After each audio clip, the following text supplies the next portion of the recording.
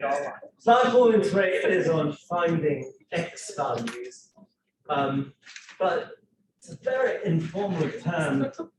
What they're talking about is simply percentiles. That is the formal term. So we know that there is a connection between a z-score and an x value. Yes? Yeah. So the formula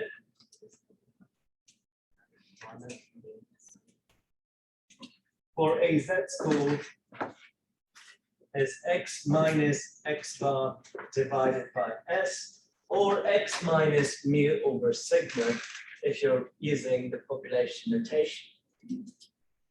I think your book is using mu and sigma, so I'll just stick with that. So this would help us convert an x value to a z-score. Correct? Yeah. Now, if I want to go in the reverse direction, in the sense, if someone gave you a z-score, how would you find the x value? Exchange the formula. How? You could just isolate. You could just find multiply by standard deviation, and then add the mean. Okay. and then Good. So if I multiply by sigma, move the mean to the other side or add mean on both sides, we'd end up getting x is equal to mu plus sigma multiplied by z. So that would convert a z-score back to an x value.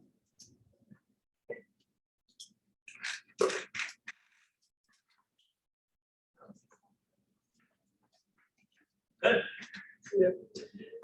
I already mentioned in 5.1 whether you get the value from a standard normal distribution or a normal distribution with some mean, some standard deviation, the answer will be the same. So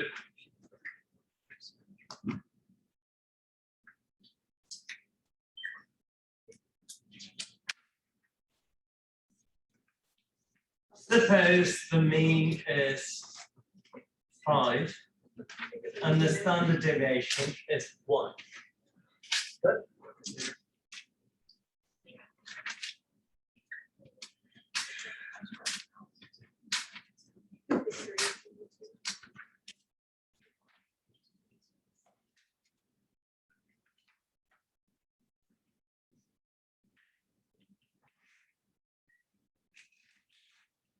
So that is the x-axis, in other words, the original data values. And this would be the z-score axis. So if I asked you, well, what is the z-score corresponding to the number 5? What would your answer be? 0. How about number 6? 1. Number 7? 2. Number 8? 1. 4? Negative 1. -1. Negative 2. Negative. Yes? To put the 4s. Was intentional. So there is a one-to-one connection between an x value and a corresponding z-score. If I asked you, well, let's say the z-score of an x value is 2.7, and I want you to take a guess for this x value. What do you think the answer will be? About 2. Wait, 2.6.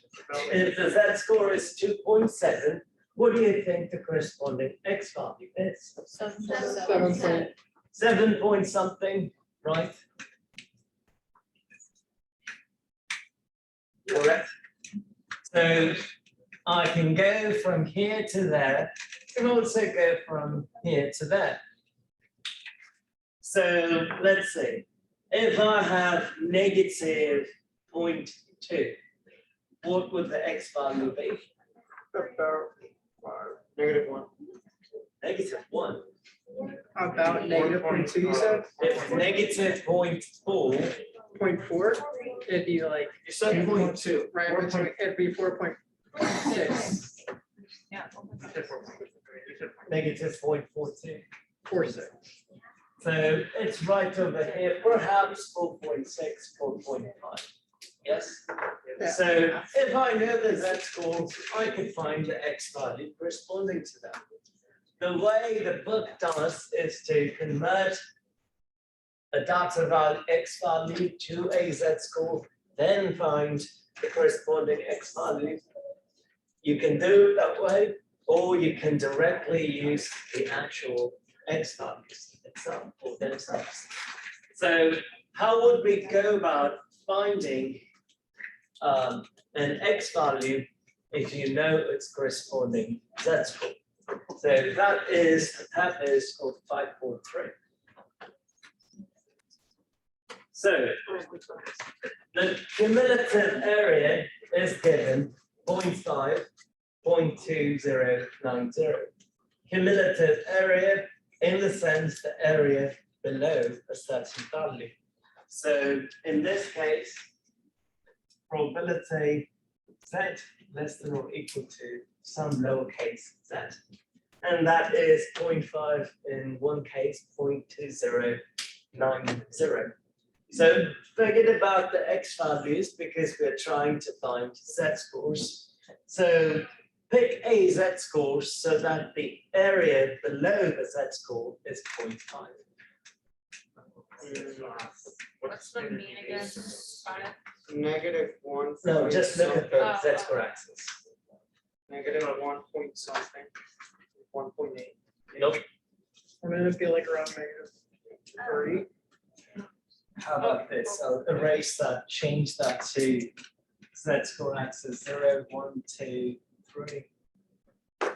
Wouldn't it be like below negative 3? Point, Zero. wait, No. What is the z-score corresponding to a cumulative area of 0.5? Zero. Like negative?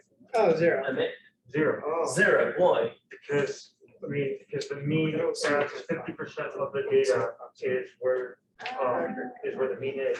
Very good. Z-score of 0 is right here. So the area below that would be 50%, correct? Yeah. So the z-score there is 0. But you can do this using your calculator also.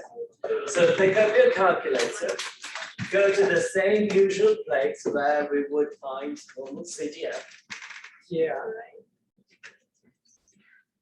Yes? Take option number 3. Okay. It should say invnorm, right?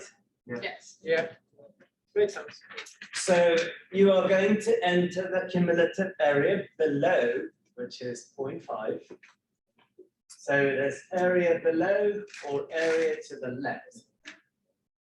What does that say, invnorm? invnorm. It's in your calculator. We are looking for z-scores, so we are talking about a standard normal distribution. So what is the mean? 0. What is the standard deviation? 1. What should we get? 0. About 2. What do we get? Answer? 0. Okay. Now I have to pick a z-score so that the cumulative area below it is 0.2. Could it be over here?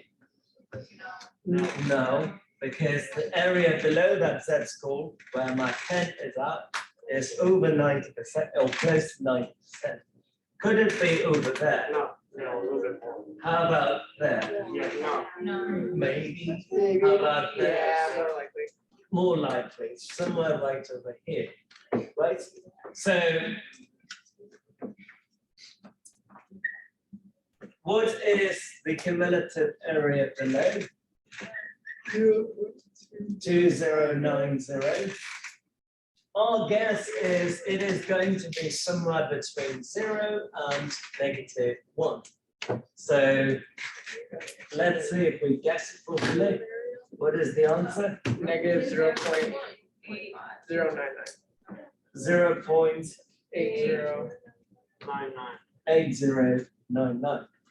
Just as we expected. It'd be simpler to just make it more. Actually, no, that's my first one. P15, yes, Is it always area below the line? yes. So this has to be the area below, always. Unless otherwise stated in the problem. But the calculator, in the calculator, the first argument is always area below.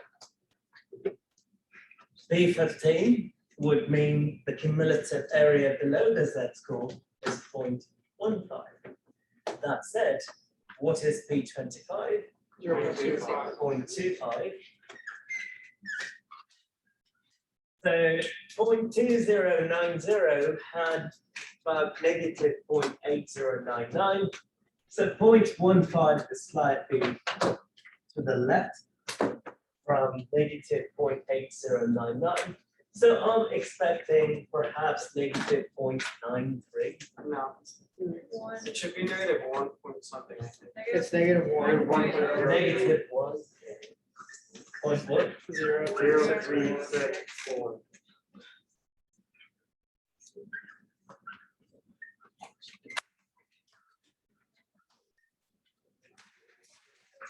That's correct. It has to go below negative 1.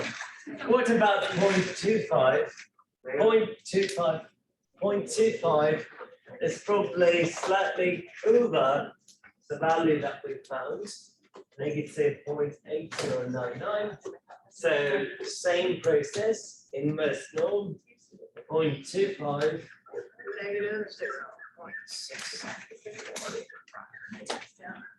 What do we get? Negative 0.6745. 0.6745.